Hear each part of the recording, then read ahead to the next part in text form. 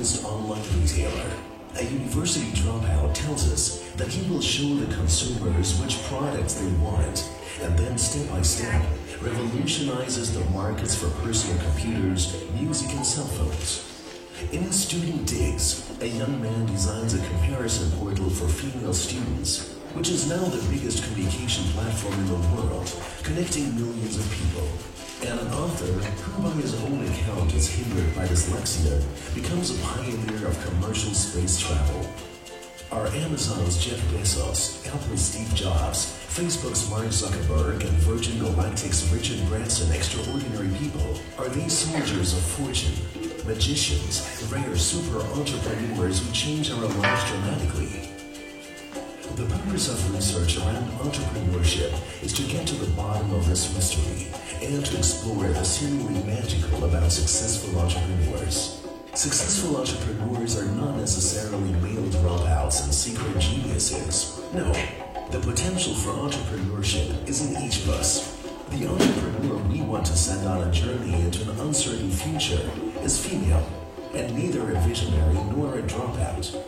She doesn't have much money either, and no sudden brilliant idea that she puts into action purposefully. And still, she masters the uncertainty like our super entrepreneurs, because she also uses the entrepreneurial method, consciously or unconsciously. The entrepreneurial method was that. If Alice were a manager, she would ask herself, what are my goals and which means do I need to reach them? By contrast, the entrepreneurial method begins with the unique means a person already has. These consist of their identity, competences, and contacts. Beginning with these means, one imagines several possible goals to solve specific problems. It's like cooking without a recipe. The super entrepreneur doesn't choose a specific recipe and buys the necessary ingredients. No. Instead, she could look what she can find in the fridge and then makes up various kinds of possible creations. With entrepreneurship, it's not the goals we focus on in the beginning, but the means. By acting without a single fixed goal, Richard Branson is able to imagine a whole portfolio of goals and possible ventures. After all, he founded Virgin Records and Virgin Airlines before Virgin Galactic. What's also important, business ideas don't originate in the shower, but develop in multiple numbers when applying the entrepreneurial method. The idea is the easiest part in the founding process, and waiting for the right idea can lead to waiting forever. Our entrepreneur is already equipped with everything she needs for founding a business. She just has to get going and design the future. But there's a lack of money. Not if Alice acts according to the successful method of the super entrepreneurs. Even Jeff Bezos started on a shoestring and funded Amazon with his parents' guarantees, supplier loans, and overdrawn credit cards. In other words, with his available means. Instead of trying to define the expected return like a manager, our entrepreneur defines her affordable loss. Affordable in a financial, psychological, and social respect. Instead of going on vacation, she starts a venture. In small, explorative steps, she employs the available means. Her money, her time, and other people's trust. If she fails at an early stage and at acceptable cost for her. With her stock of means, her subsequently conceivable portfolio of goals, and her affordable loss, Alice has all the prerequisites to embark on her entrepreneurial journey. But wait, there are other people who are interested in Alice and her venture. Surely they want to steal her idea, so Alice shouldn't talk about her goals under any circumstances. Wrong. What is she going to protect if she herself doesn't know exactly what it's going to look like? She has to talk about her venture to extend her stock of means and her portfolio of goals. Unlike in management, entrepreneurship is not about a win-lose situation along the lines of who gets the largest piece of cake. Neither is it about a win-win situation. Let's make the cake bigger together. In the entrepreneurial present with an uncertain future, the cake has not even been baked yet. Those who want to join become partners, bring in their means, and decide together which cake to bake. The common shared goal. They negotiate the future together and co-create the products. By the way, don't we need a business plan with a clear understanding of where the journey is headed? An itinerary like that can be helpful, yes, but sometimes it prevents the journey to India from ending up in America, the promised land. So I'm sailing aimlessly in one direction or the other depending on the wind. But entrepreneurship is a crapshoot. Granted, luck is one element of the formula of success. But if I act according to the entrepreneurial method, I improve my odds. It's about a learnable routine and dealing with the unexpected. Learnable? But aren't you born to be an entrepreneur? After all, entrepreneurial success is rooted in the genes. Wrong. The entrepreneurial method of our super entrepreneurs can be applied by any of us. Everyone has a unique stock of needs. It's what we make of it that determines the success. Entrepreneurs are made, not born. Even Richard Branson has had more failures than successes at his ventures. Success was only possible by learning from his failures, which prepared him for the uncertainty that awaits him on his journey in his spaceship. Maybe Alice from the entrepreneurial wonderland will be among his first partners, not as a passenger, but as a collaborator in creating the future of the world we live in. Entrepreneurs aren't prophets. They don't have to predict the future. They create it.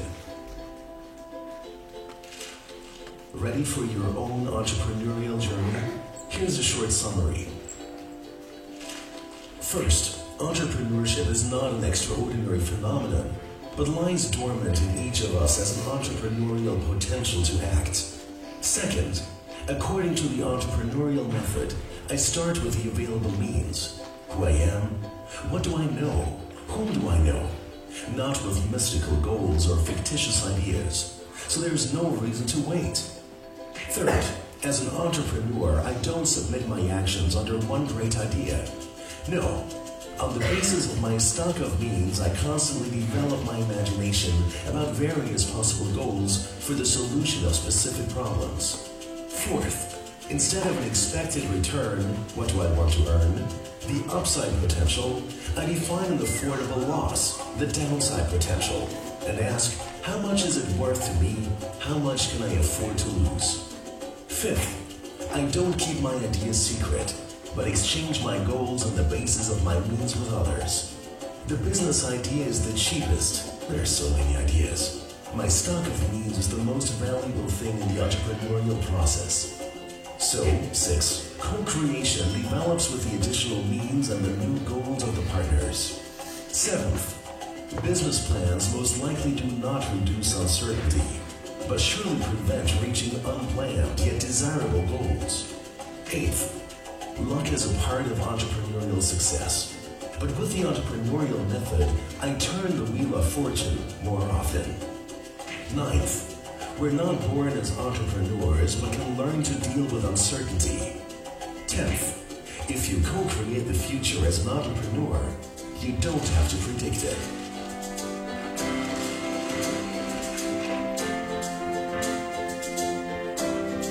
Science has many parallels to entrepreneurship. Scientists also experiment to get to the bottom of something new or to create something new. Our entrepreneur Alice is called Sarah Sarasvathy in entrepreneurship research. She's the discoverer of the entrepreneurial method. Other researchers contribute their means and goals to comprehend the phenomenon of entrepreneurship, where new things develop under great uncertainty. What will the entrepreneurial society of the future look like? Don't wait for it. Co-create it.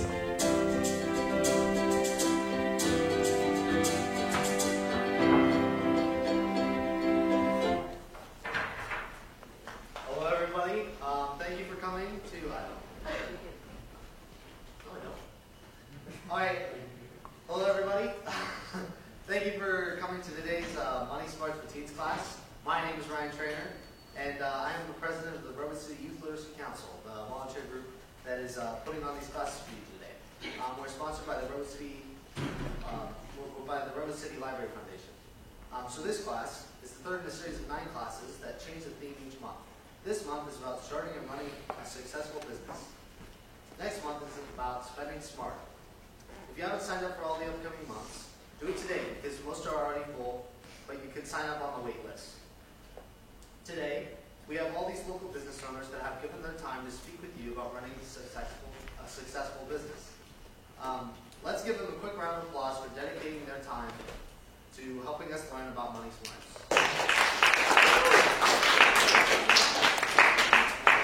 Let me introduce you now to our panel of local business owners. Let's begin first with each one giving us your name, your company, what your company does, and any other background about yourself that you find helpful. All right, take it away.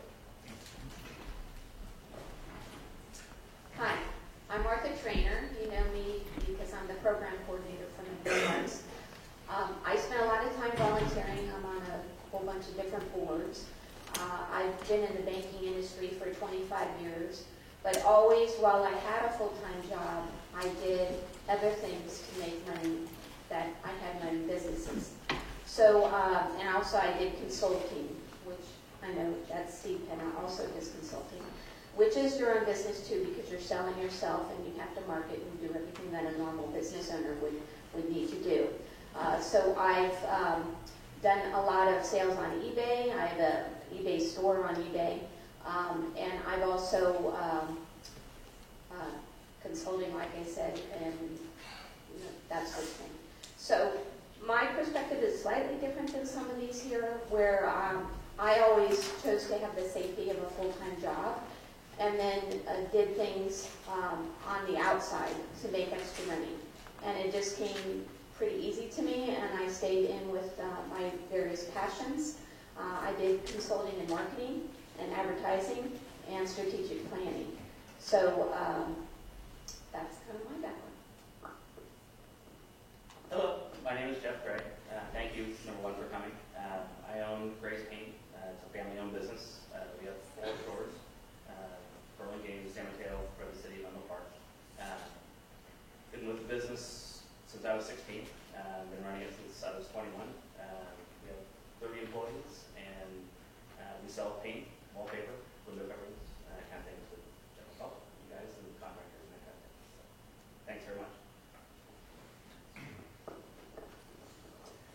Good evening. My name is Ted Hannick, and I am the managing partner of Hannick Law Firm, the CEO of the Danford Foundation, and I also have the opportunity to do some other startup companies and some work in the entertainment industry.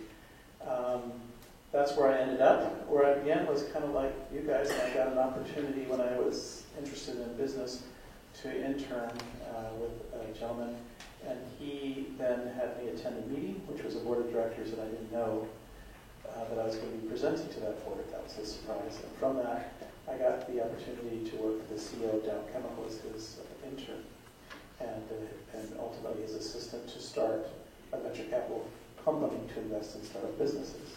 So my first job really was involved in startups and entrepreneurs. And in that process, I decided that I should be a lawyer and help people who were doing that, that I could be most effective doing that. So that's how I ended up in the legal profession. This is our family's 65th year in Redwood City. And as the individual owner and sole owner of the law firm, it's been about 16 years.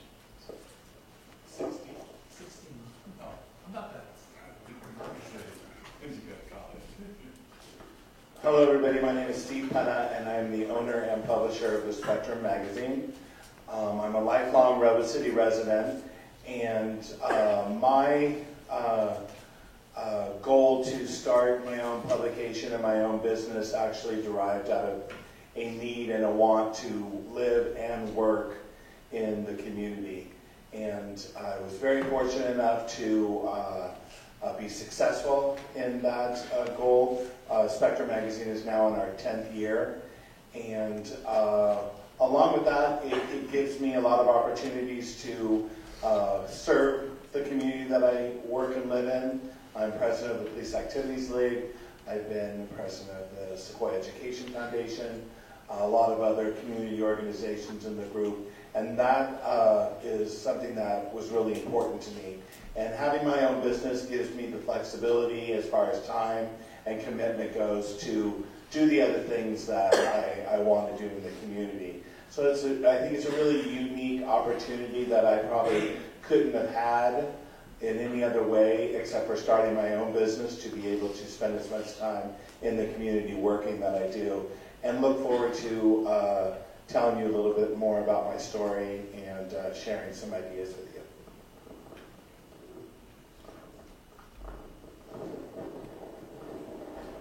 Okay, I'm trying to be polite. I'm just getting over a cold a couple weeks ago, so it looks like I'm trying to cover up that. I'm trying to be polite to my co-panelists here. My name is John Moyer. I am the co-owner of a large construction company called Johnstone Moyer. If you guys have been walking past this large building going up behind the library here, that's one of my projects that we're doing. We are currently in the top 25 contractors in the state of California, with offices here in San Carlos and in Irvine, California, Southern California.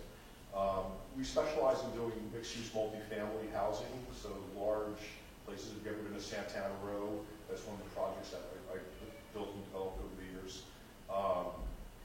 What we do is about 25% of our work for the not-for-profit housing industry, trying to help and give back to the community, and the rest we do apartments and condominiums and other items like that. What got me prepped for it, I worked for a large international construction firm for about 20 years, and then decided one day it was time to go off and do my own thing, and it's been a lot of fun. I really enjoy it. It's great people I work with every day.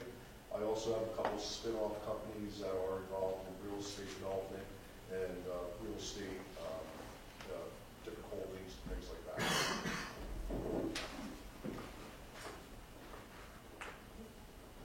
Hello everyone, my name is Marjorie Matty, and I'm the previous owner of a local tea shop. I also do a lot of volunteer work in my community and cater to people who are struggling or can't get out of their homes, elderly, and take tea and tender care to them. I'm in the process of opening a second tea shop and online business. I've learned a lot from my first one. Unfortunately, I had to close it down for personal reasons.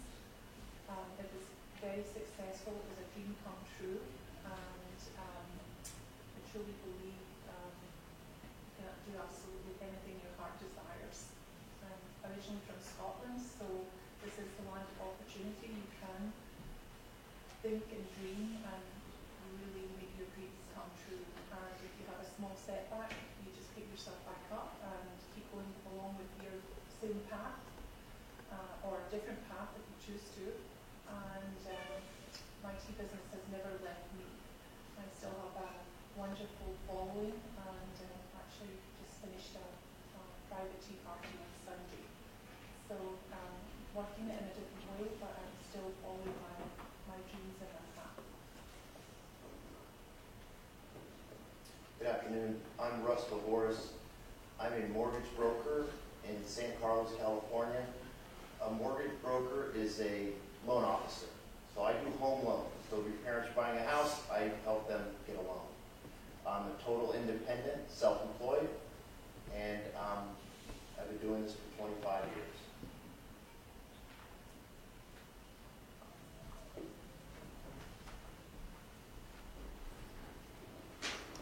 One thing I want to mention is you'll have on your chairs a questionnaire. That's for you yourself. It goes over the various traits of an entrepreneur, and you're supposed to rate yourself on those traits and then total up your score at the end, and you'll be able to figure out whether starting your own business is something that you may be able to do. And that doesn't mean that not everyone in this room can start their own business. It just means that there are some skills or attributes that you might want to work on and learn through various businesses or jobs that you have in the future.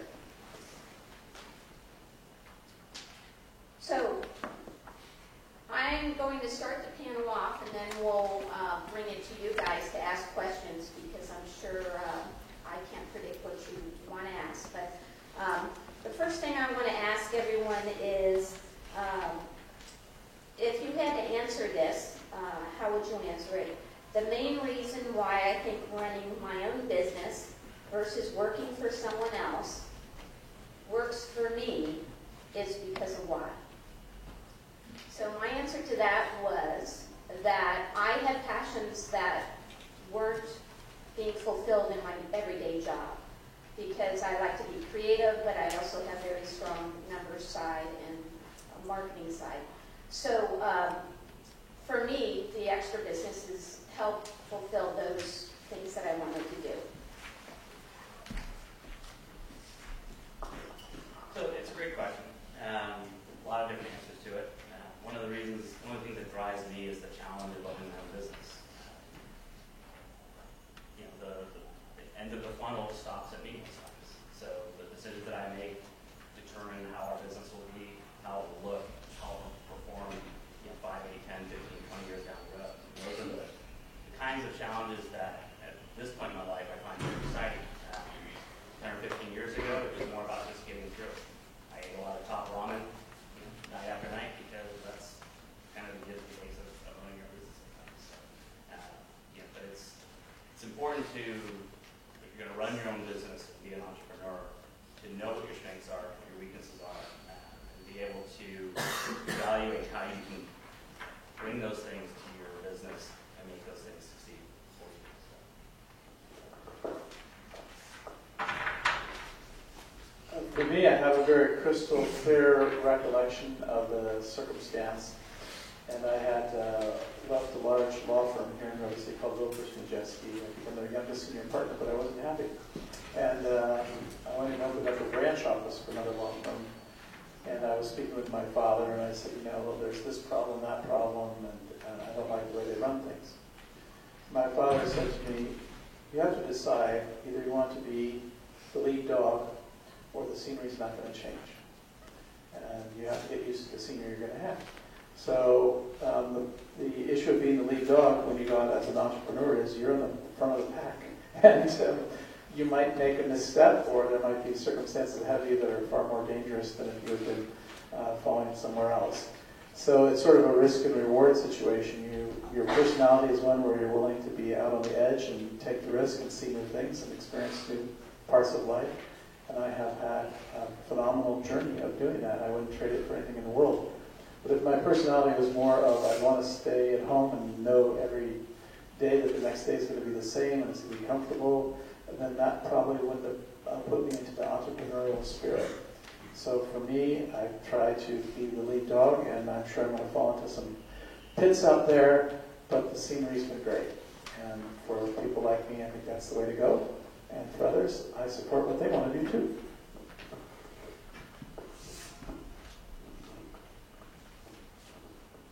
I had a similar circumstance that Ted did. I was working for a large daily newspaper in San Mateo County, and was not happy in that capacity either, and decided that I wanted to start working and being back in Redwood City, and had actually called 3 publishers in San Mateo and Santa Clara County and told them about my idea of starting a magazine in Redwood City. And they all 3 said that I would last no longer than 3 months. So that's another trait that you have to have when you're an entrepreneur or starting your own business, is that you believe in the product that you're going to be introducing to the public or to your client base, and really get behind it, because virtually everything that you need to start a business you have to come up with. So if you go to pros and cons about owning your own business, the pros is that you get, if your office is at home like mine is, you get out of bed and you're at work like 5 seconds later. And that's, you can sleep in a little bit longer, you can manage your time a little bit better, and there is nothing better than working at home. I mean, that is like a dream come true. The cons, although I really don't think it's a con, is that everything that you need to succeed, whether it's a paperclip or a phone or a pen and paper or marketing materials or anything that you need for your business, you have to individually come up with, and you have to provide the funds to do that. And it can be difficult, but that's where your business plan that you'll hear from the video comes in so important, So that have your business plan down, know what your goals are, short and long term, and just go for it. I think that anyone can start their own business, and I've seen so many people come up with unique ideas that, you know, it's just like you go, how are they ever going to do that? And then all of a sudden they have a successful business. So just know what you want, know what your passion is, and go for it.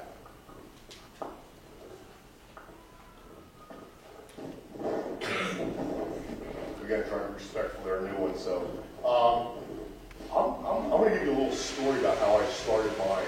It's pretty interesting because it really hits on the challenges you're going to have if you ever want to start your own business and what you do in order to start it. So I work for a large international construction firm.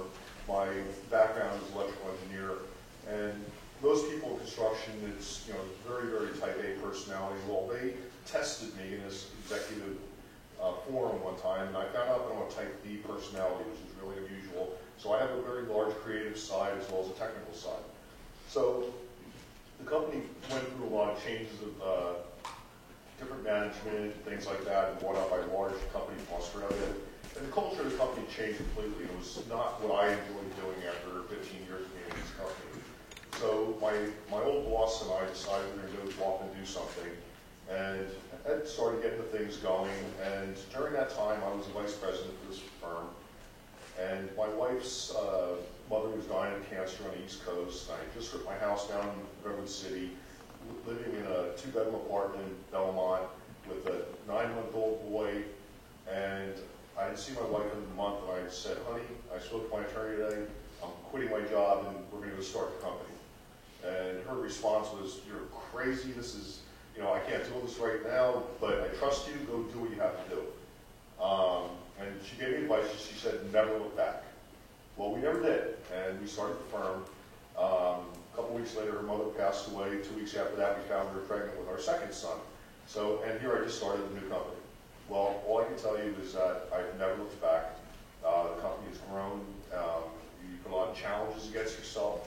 You will lose money. I've lost hundreds of thousands of dollars in, you know, with different jobs and different developers go bankrupt. But you keep trying and you come up with new ways. And in the course of the 13 years my company's in existence, we've had to reinvent ourselves. We've had to push ourselves into a different location, different things, new technologies, you know, the use of computers. I mean, my first job site, we never even had a computer on it. Now I'm running everything where there's no drawings on the job sites anymore. It's everything's on, you know, an iPad or a laptop, on big screen TVs inside the trailers. So, you know, you have to be able to evolve and not be afraid to take a chance because it will be rewarding.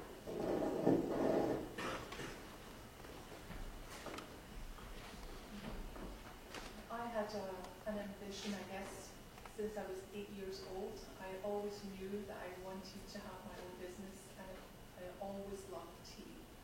So when I came to the United States, I finally was able to make that happen. But it wasn't, as everyone else has said, it's never without hiccups. And but it's also so very rewarding. I think one of the more rewarding things over money is to see the joy that it brings to other people, and the connections that you make and the friendships you make through your business. So sometimes that weighs out the money portion in lots of ways because it comes around in ways that you would never imagine. The building the friendships and the liaisons with your partners and your customers and everyone. It's a hard journey. It's not easy to have everyone tell you this will not work. And then when it does work, everyone kind of is a little shocked, and then you have to, you know, roll with the waves, so to speak, as things happen. I think everyone has to live their own passion, and everyone deeply, I think, knows what that passion is for their life and their life's work. So I'd encourage everyone, if you have a little gnawing passion, to think about it very carefully, not for too long, and take action and write out your dreams and make them come true. And you'll find that you get support where you would never imagine. You know, people just come out of the woodwork literally to help you in all different areas of life. So it's very, very rewarding, and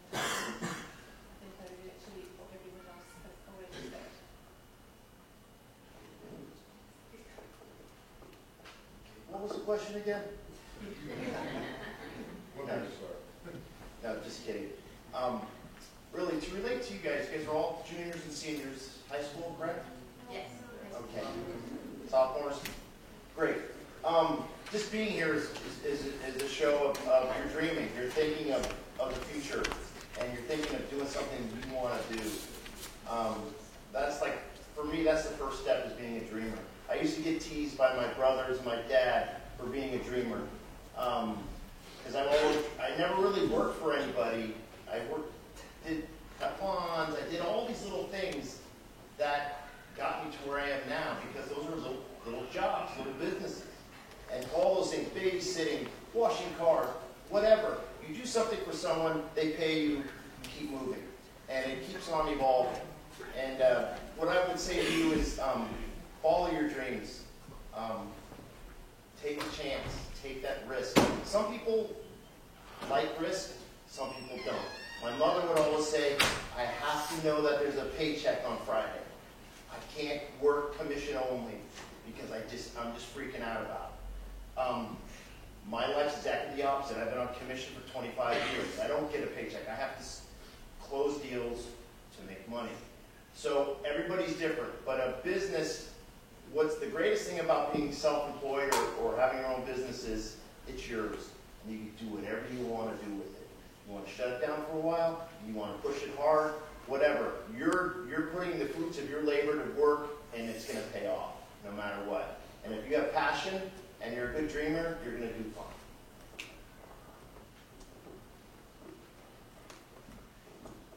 One more quick question before I throw it out to the audience, because it says Money Smarts.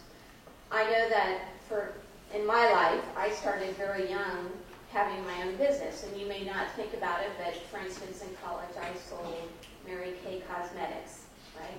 That is having your own business, essentially. So whether you're managing your own babysitting business from your house, and you have to go out and market it and talk to all your parents' friends and get the jobs lined up, that still is an entrepreneurial thing that you're doing.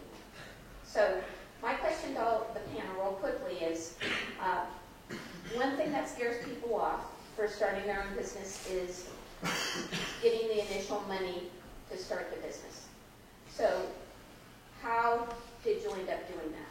I know from my standpoint, I know some of the others will say this too, you leverage your credit cards and you save up as much as you can in a short period of time, and then you line up your initial buyers first. That's what I did. So I knew I wouldn't be cash strapped at the very beginning. And then it just rolled on from there. So. To get started, so I went to work at another place. I went to work for this place as a loan officer, reporting to a broker or a manager. And I worked there a little over a year, and I realized that I could do it so much more efficiently, and I was paying them a lot of money, and I could do that work myself. So why am I giving all these people all this money when I could be doing it myself and make that money? So I started saving as much as I could to figure out what I needed to get started. And these days, in my industry, you don't need a lot of, you need a desk, you have your cell phone, a computer. You need certain things to get started, and then I worked on it for 4 or 5 months before I stepped out. So my initial money I had the seed money saved, and I parlayed that. But also I was lucky, I had a partner. My wife was working full time. We didn't have any children yet.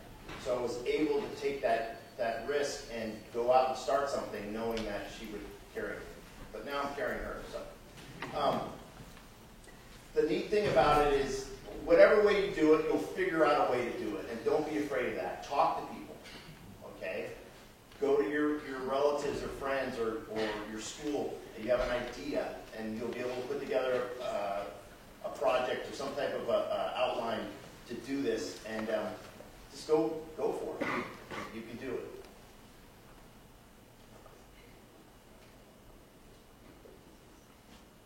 So I too had seed money, personal seed money, and I also had my husband working full time at the time, so it's a little bit easier. However, I also had very good projection sheets. I had an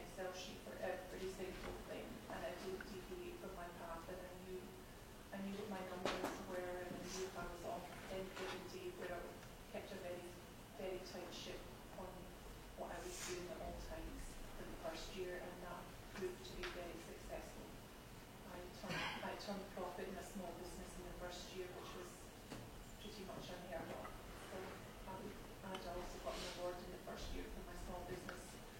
So that was very gratifying and rewarding. Lots of spreadsheets.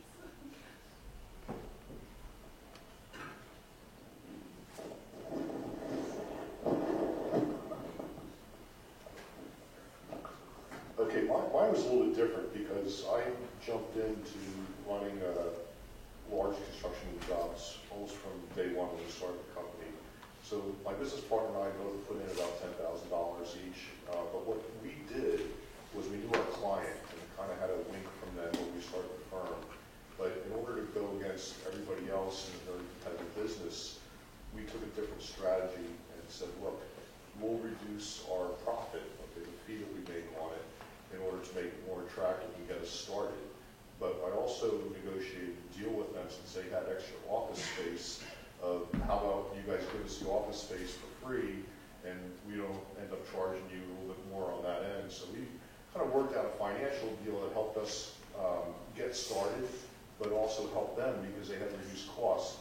But it allowed us to, in our first year, get well established and be able to build up enough revenue that we could continue on. So that's how I did it. It was just a different way of looking outside the box.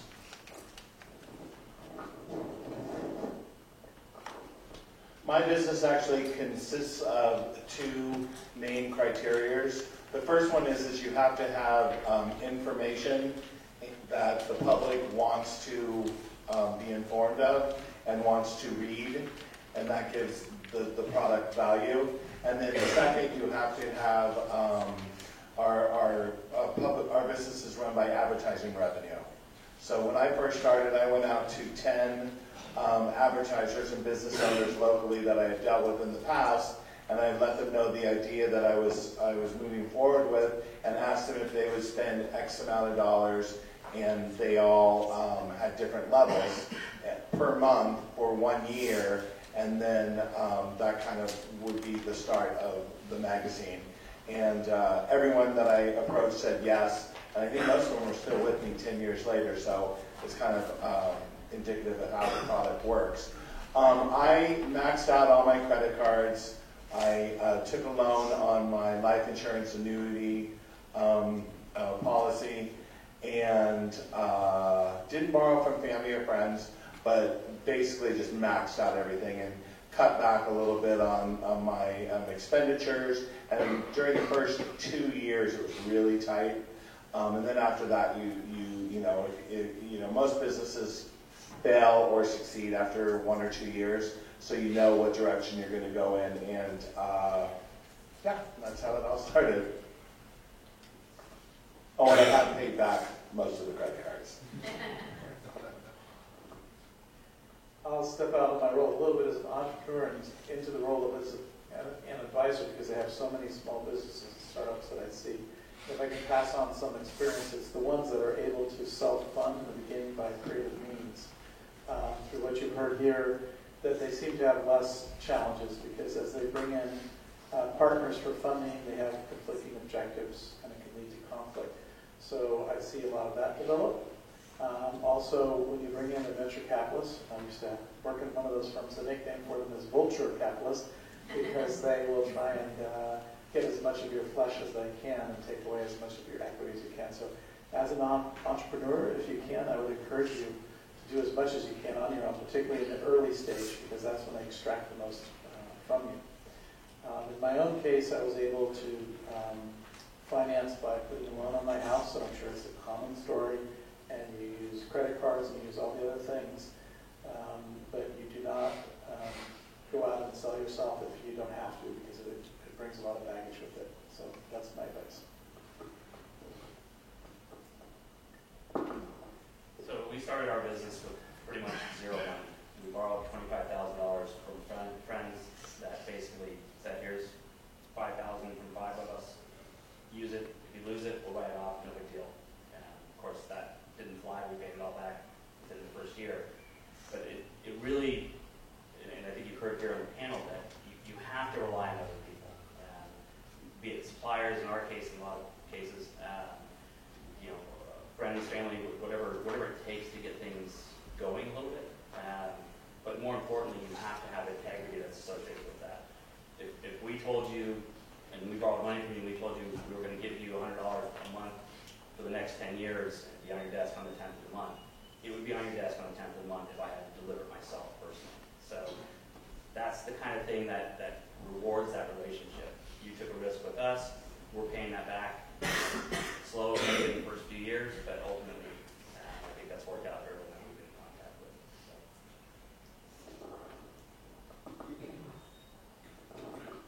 Okay, so now I'm going to throw it out 3 questions. You have 2 choices. You can say, I'd like the whole panel to answer this question, or you can ask individual people. The name tags are up front. So who would like to ask the first question? What you should actually do is to ask for as much legal advice from Ted if you want to pay him later. You get a free applicant. Yes, we won't tell you what his hourly rate is.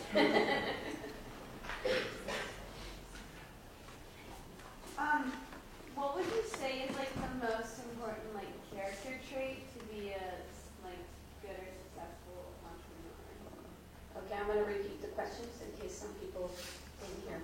What would you consider to be the most important character trait to be a successful entrepreneur? So my answer is a passion for something, because you're going to be spending a lot of time doing it. I would add to that, there's a lot of character in being an entrepreneur, but integrity, loyalty, certainly fortitude, persistence, patience. Those are all very important on this. I would add on to that a sense of urgency. Some people feel like they need to get things done and they get it done, and there are other people who procrastinate and they don't. And the people who tend to procrastinate won't succeed as an entrepreneur because somebody competing with them will get it done and get it done ahead of them. And so I've never seen a successful entrepreneur, and I've watched people from 0 to $1 billion as successful people. And the ones that are at the top, always, even at the very high end, still have a sense of urgency. They're still pushing people to get the job done faster, better, and be worried about what the competition is doing, even though they might be very successful at that point.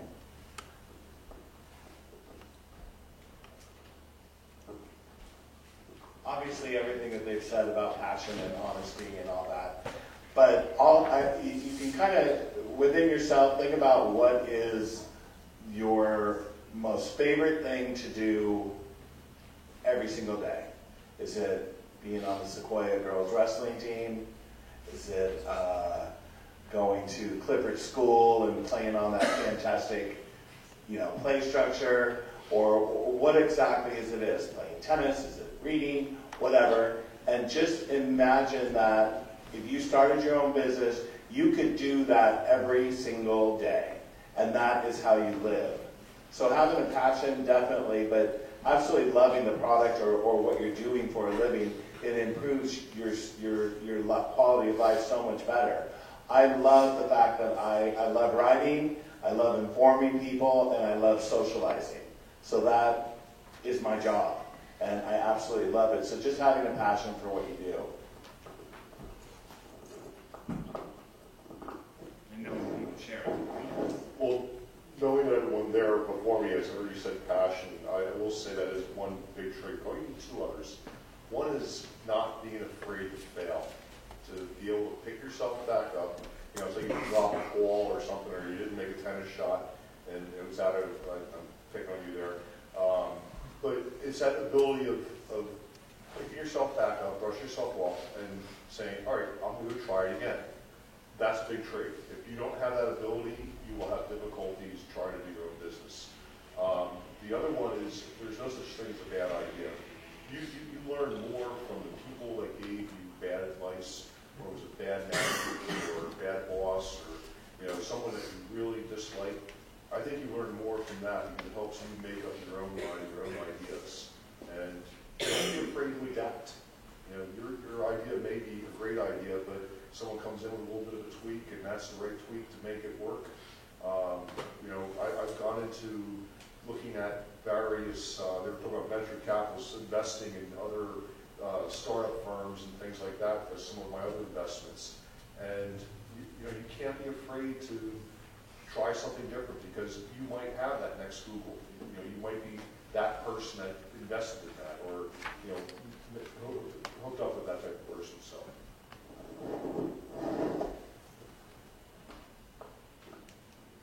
For me, it would definitely be perseverance, never to give up, even though you might, again, have to ride a different wave for a while. Personal integrity and kindness to others that you have to interact with throughout different aspects of your business journey, or journey backwards and forwards again, whichever way you're going, but just absolutely never give up and always keep your dream very much in your forefront and keep your passions totally alive, even if it's in a small way. When I did have to give up my shop at one point, I still had set my table at home with all of my fine china, and I never lost my passion. So never give up. Well, the panel's answered hopefully a lot of your questions about this. I would say follow it, be excited about it, do it for free, like you do it for nothing and the money will follow. Be so excited about it that you're willing to do it for free. And everything else will come in time. And just hard work all the time. You know, my job is really, my phone rings all the time. People will say, it's Sunday, why are you answering the phone? Well, if it's a call on a Sunday, it's probably some work that I can take care of and pick up the deal. Everybody's got a different thing, but if you're willing to work hard and you have that passion and drive and you're willing to do it for free, you will be fine.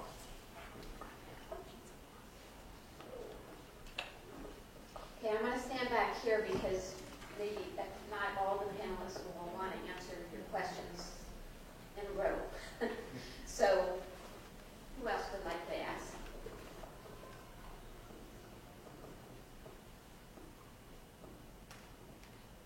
Don't be shy.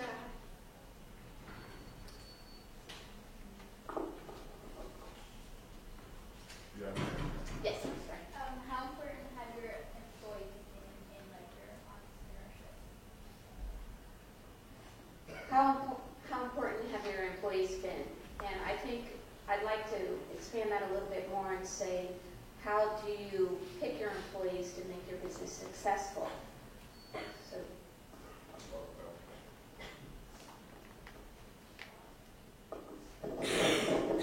in my particular business, I don't own a yard with a whole bunch of trucks and things like that. My resource is my people. So what was important to me was my vision with my business partner's vision was having three very basic guiding principles: our integrity, our professionalism, and our client comes first. And that was our culture. That started the culture with 2 or 3 people. Now I'm up to well over 100 different employees in both Northern and Southern California that provide management and things like that. Keeping that culture alive was very challenging. So it's selecting the right people, maintaining the right people in a busy market. People get lots of offers, things like that. To me, the success of my employees and people I work with every day is shown by how many years they've been with me. Like I've probably 15 people have been with me since the inception of the company, and the first 10 years of the company. That's pretty impressive. So I look at it that way. How do I retain people? How do we train them? How do we make them better? The one unique thing I found in running my own business is no one in my company is afraid of their job. Everyone knows that there's an opportunity for them to continue up and grow within the company. And that is just part of how you make the culture of your company.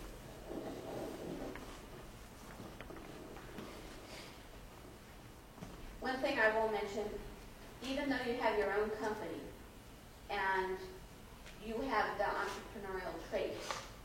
Your employees may not have those. So you'll have a mixed bag of employees. You'll have the accountants, you'll have the advisors, you'll have the people on the production line sometimes.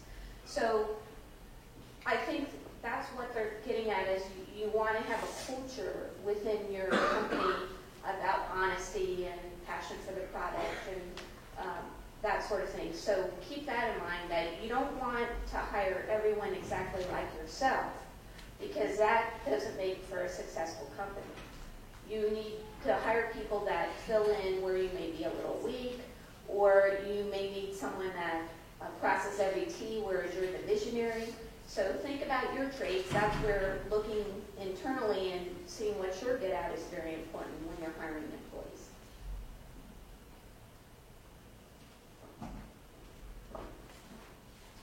I think starting at, I took the small approach.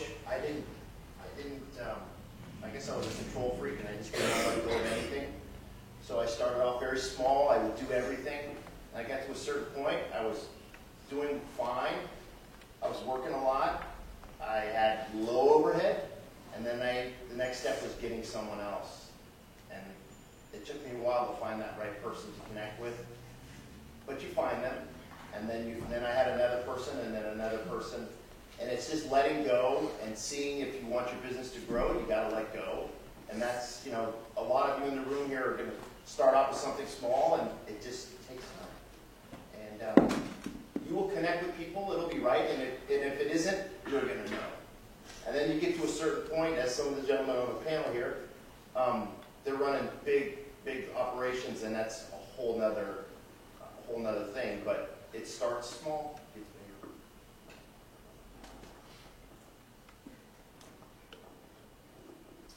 Another question? Yeah, I'll ask one then. What are the most difficult challenges of owning your own company? I think we touched on this a little bit. Creating revenue. Creating revenue. To not only pay for and sustain your business, but to sustain your lifestyle too. And I think Mr. Penna is a very good example of this. He does a lot of outreach into the community, volunteer work, and you'll hear a number of the panelists here do a lot of volunteer work. I know that Mr. Hammock does as well, et cetera. Mr. Gray is a Boy Scoutmaster, et cetera, et cetera. Reaching out into the community ensures that you understand the market. It helps you attract employees. It gets your name out there and brings in the business just automatically. So I think getting out there, doing volunteer work, working in your community, doing outreach, attending public social events, those are all ways to get to know your public and your future customers. Any other comments? Other questions? Yeah. For the entire panel, what was your scariest moment as an entrepreneur? Scariest moment. Telling my wife I'm quitting a very well-paying vice president's job to start it.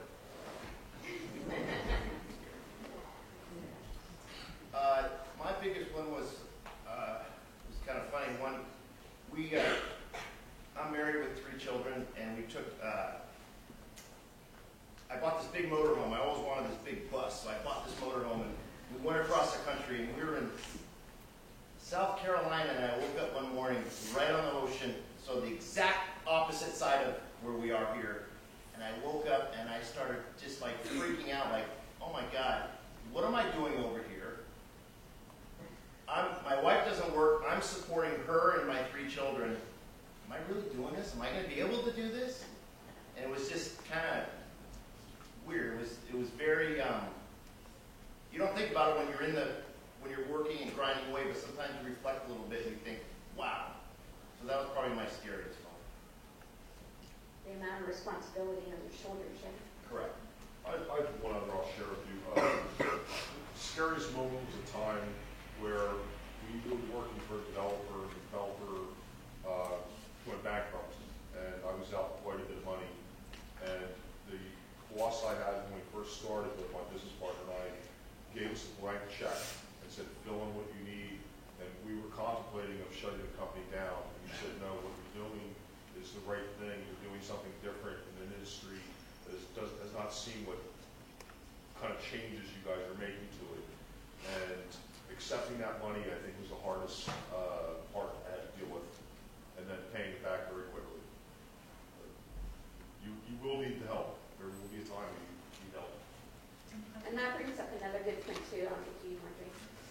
You have to constantly be looking at your customer base, because if you have one customer that ends up to be too high of a percentage of your total customers, if something happens to them, like they go bankrupt, or sometimes it's, they move to a different part of the country and they can't use your services anymore, it can be very detrimental to your business. So constantly look at your customer base and make sure you're keeping that customer very, very happy. And B, just have an open communication with them and make sure that if anything happens along those lines, they are comfortable telling you in advance that you can plan. But the best rule of thumb is not to have one person be the primary source of funds. It's like kind of think of your business as a funnel. This is what I learned early, is that you have this big funnel, and you have like this tube going down to your business, and you have all these potential clients and all this potential revenue or investors, and one will pop through and another one will pop through. So you have to always keep out there circulating and contacting people and keeping the funnel full with all your future business partners. And I know consulting-wise, because Mr. Penna does consulting as well, I've seen a lot of consultants fail because they are constantly hired again and again by the same client. And so they're hired as a contractor, and then all of a sudden there's no contract. And they haven't kept that funnel full like he's talking about. They haven't gone out there and continually pulled in additional clients. You always have to be ready for that. I think my scariest moment was truly when I opened the doors for the first time and realised I had a line around the corner. So it truly proved my concept not only to me but to my husband at that time, because I had to pull in reinforcements really fast. It was a phone call home to my friends and family to come and help me immediately. And from that point on, I realised that the vision I had was definitely one that the community welcomed, and that was very rewarding, but it was also very frightening the first couple of months when we did have huge lines and we actually had to really look at how we ran the business. So from being a walk-in business, it became a business that was almost by appointment only, and from 2s and 3s became parties of 15, 20, 30. The concept changed basically from the day we opened it. I would just add that hardly a day goes by that I'm not literally scared out of my shoes. It is a reality of being in charge. You never know what the next phone call is going to be. You never know what the next employee expectation is going to be. You never know what that next piece of mail is going to be. It's a reality, and you have to, being scared is not a bad thing. It gives you the strength that you know you have the capacity to overcome these obstacles, these challenges every day. And that's probably why you're in the position that you're in. You guys deal with it as much as we do, one degree or another. Relationships, school needs, sports needs. There's challenges all the way along the board, and you have to succeed. You don't have the option of just folding up and falling into a hole. So you have to get past it. And the good thing about being afraid every day is that when you have a success, it's so much sweeter when it's your own business. I was going to give a little different perspective on it, which is my scariest moment wasn't in business, but helped me with business. And one of my passions is trying to protect a certain rainforest area and the coral reef. And I was with the group before, and the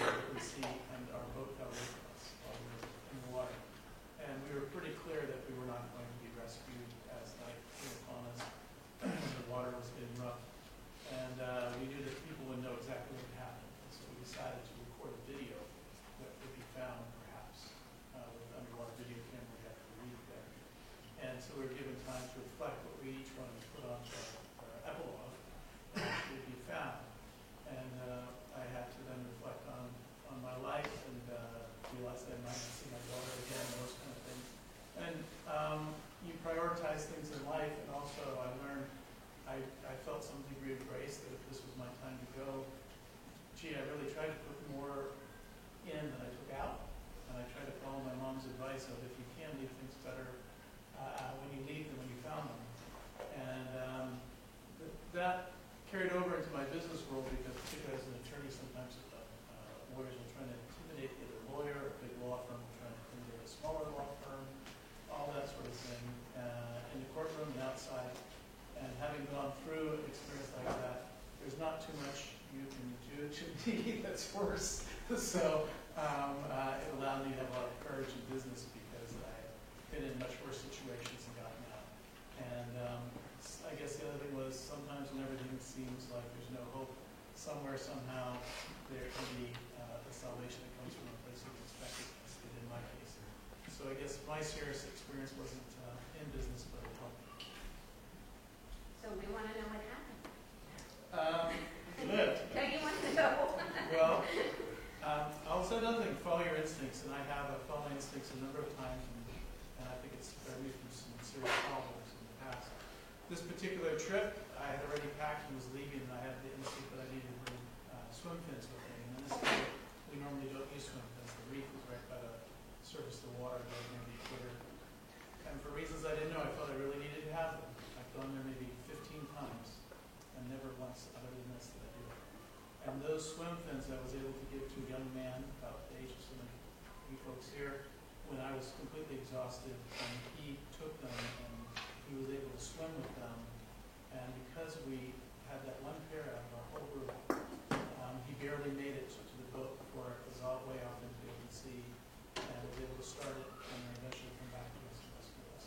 So it was a combination of just listening to your instinct, and also I had to choose. At that moment, I had the fins, and I knew I could probably survive the night if I kept the fins to myself and just treaded water there. The water's 87 degrees, there are no sharks in that area.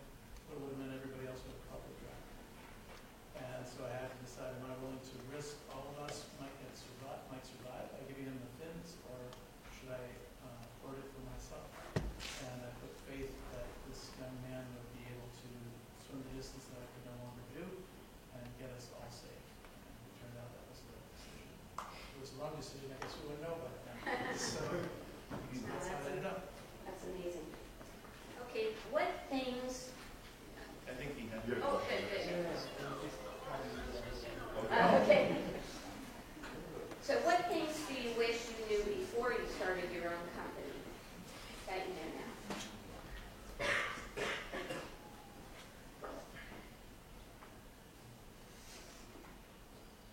I guess one of the things that comes to play there is it's a little playful, but there are no hours when you run your own company. It doesn't start on one time and end at another time. You have to do what's necessary to be successful, and there are no excuses. There's a person running that company that it's a short list of people they can blame stuff on. So if you understand that, you realize at some point that you need to be the best you can possibly be at whatever it is that you're doing, and whatever that takes. I'll tell you, I learn something new every day. I know it's a cliche, but I've never stopped learning. After college, before college, every day of my life I learn something new, at least one. And it's important to realize that, at least certainly in a retail business and most businesses, without our customers, we have no need to exist. So it's not something I do for myself. It's something I do on behalf of other people, and it's they're nice enough to come into our stores and purchase materials from us. That experience should be as positive as possible. We should have the right people there that can provide them the information, prepare them, help them with what they need, make them feel like they made the right choice that day. I think that's probably it, the realization of your time commitment. That if you have to get something done, it's you. So that means, you have to work until the wee hours of the morning, and then get up in the wee hours of the morning, you have to do it. You just have to do whatever it takes to do it. And it takes away, I think, sometimes personally, from some of the things that you're doing, and you just have to be willing to make those sacrifices. For me, the big thing was I thought I could be everything for everybody. Having dealt with so many different types types of construction, hospitals, schools, office buildings. To know that I was going to focus in on one particular market sector and grow geographically was something I didn't know when I first started, that would be really the key to success for me. I think one thing I would say is you find out very quickly who your friends are. Family will almost always help you, but there's strings attached. But the friends, that's the big thing. You'll end up figuring out who your real friends are, because they will come and help you. They'll volunteer and help at check-in or whatever you need to be have happen. I know that Ms. Maddock also experienced that when she had the line out the door. So you know who's going to come and help you. You know where your emergency lines are. And that would have been helpful to know at the beginning instead of having people not show up.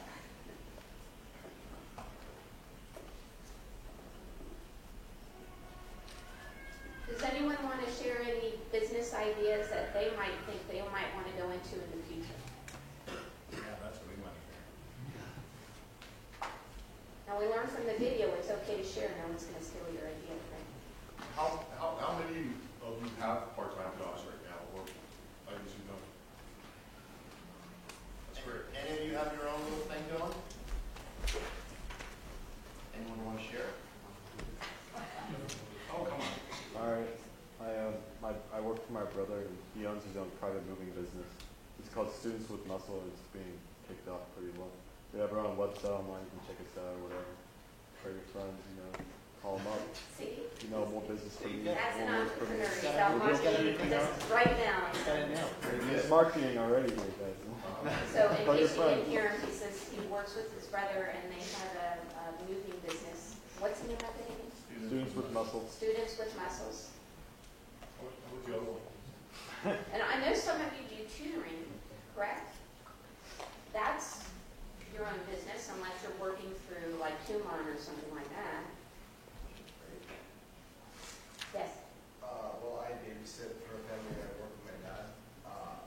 My dad owns his own business as a general contractor, and he's been running it for 30-some odd years. And I'm probably going to be inheriting it and filling in his shoes at some point or taking over the company. And I was wondering if you have any financial advice or recommendations of how I should do that. So, Let's repeat that real quickly. yeah. He was saying that he babysits, but he also, his family, his father runs a construction company and has been in business a long time, and that eventually he may be expected to go into that business line and take it over. So he was wondering if there was any advice with the considerations he needs to think about financially or any other ways. I know Mr. Gray can also probably address that since he is a family-owned business. One of the things that I would say outright is if it becomes an issue between business and family, choose family. The business is exciting, it's different, it's neat to be second generation or third generation of the company. But my life's defined by my family, and if I can't provide for them the right type of environment and be available to them and do the things that I think is important to my family and what I know is important from my family, then it really doesn't matter what I do between 5 in the morning and 5 at night. So just never lose sight of that. Negotiating how to get the business handed off between the two of you is going to put a permanent wedge between your relationship. Walk away. Yeah, I would agree. That's great advice. I would tell you from starting the construction business at a teenage year, and I congratulate you for doing that at your young age like that. Learn from the bottom and learn it all the way through. I've seen too many people have taken over their parents' construction companies and really, have no real understanding of the business. respect is earned, and that's, my advice to you would be, get your hands dirty, understand it, learn it. When it's your time to take it over, you'll know. And I will tell you that I have family members on both my business partner side, as well as my nephew that works for our company. And as much as they are very good and they are family, out of the three of them that are working for us, none of them have the skills and the traits to actually run the company in its current state the way it is. So it's okay if you don't have that. They're happy doing what they're doing, but taking on the responsibility of running it is a big responsibility. So, but learn from the beginning.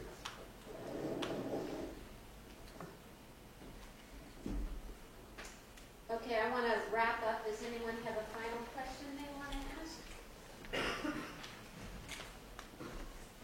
Okay, one last question then. What piece of advice would you give to these teenagers at their age? They range anywhere from 14 to 19. Just to let you know.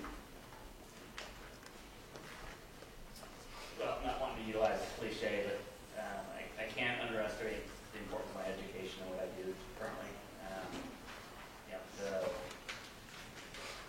I always tell people, I may not be the smartest person in the room, but I want to feel like I'm close. So there's a lot of information to be had out there. You need to make some really important decisions throughout your life. You need a good, sound background to do that. So leave the drugs and alcohol the other guys. Plenty of times that in your life. Trust me, you'll sit in a room where that's a big issue, and you realize, you know what, I'm not smelling it. Congratulations. Well, as an entrepreneur, of course, I would suggest that you have a good legal counsel. And it can make a big difference sometimes. But just as an individual here, I would say make new mistakes. It's a deeper statement than you might think. What it really means is don't be afraid to take risks. Don't be afraid to fall down and pick yourself up. But it also means don't do the same wrong thing over again, too. So you're only going to be at the cutting edge if occasionally you're making a mistake. You're pulling yourself up, but you've learned from it. And so a gentleman who started his own company, one of the founders of Silicon Valley, named Monty Lawrence, is the one who told me that.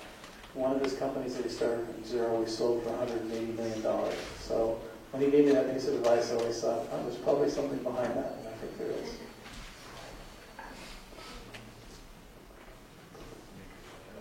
No, that's it. I'd probably say my first bit of advice is that if you haven't read the year-end edition of the Spectrum magazine, I brought one here so you can learn about everything that happened last year in Redwood City and that's going to happen future. And then second of all, if you are on Facebook, please go and like Redwood Spectrum, the Facebook page. And also when you're doing that, you're going to learn a lot more about your community.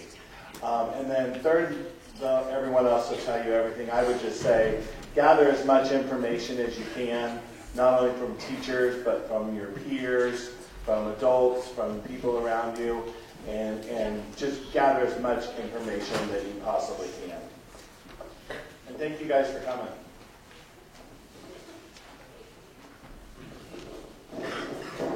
My little advice is very simple. Be passionate about what you do. And we said before, do it as if you were not getting paid for it. But enjoy what you do. Don't take a job just because it makes more money or you're thinking you're going to get rich quick scheme. Do it because you have a passion and that's what you really, truly want to do. That it makes you happy. It makes you want to get up and work that Saturday, work that Sunday. Come up with an idea at 2 o'clock in the morning and you write it down alongside your bed. That's what's going to make you a successful business owner and entrepreneur. I would also say just truly follow your dreams, but also as you're doing that, it's your interactions with other people and how you help them also along your path. So be interested in everyone that you meet and get to know people around you. Thank you for coming. That's the first step of you being here. It shows that you have some form of excitement, passion, desire, something you want to do, which is wonderful.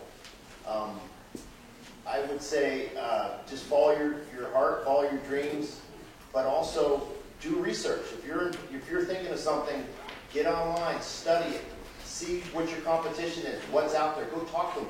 Go work for them. I was helping this one kid who wants to open a shoe store, and I said, great. I said, have you ever worked at a shoe store? Well, no. I said, well, why don't you go work at the shoe store first, see what it's like. We all have a vision, but you gotta go and try it. So go try it, and it's okay to fail, and pick it up and try something else.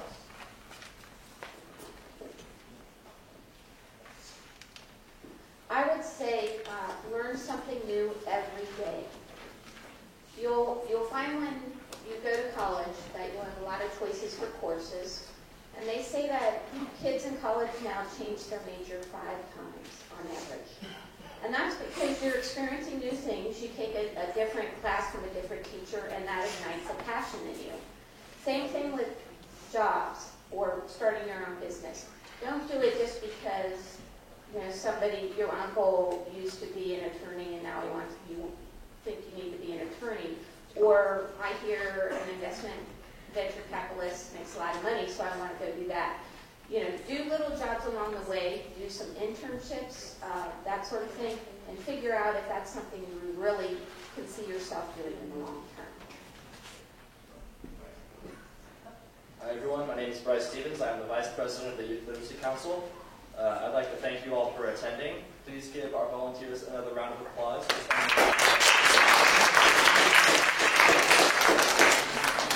So make sure you all fill out the feedback forms and pass them to the aisle or put them in the box at the start of the pizza line over there. Place all pens, pencils, and any other supplies in the boxes for them.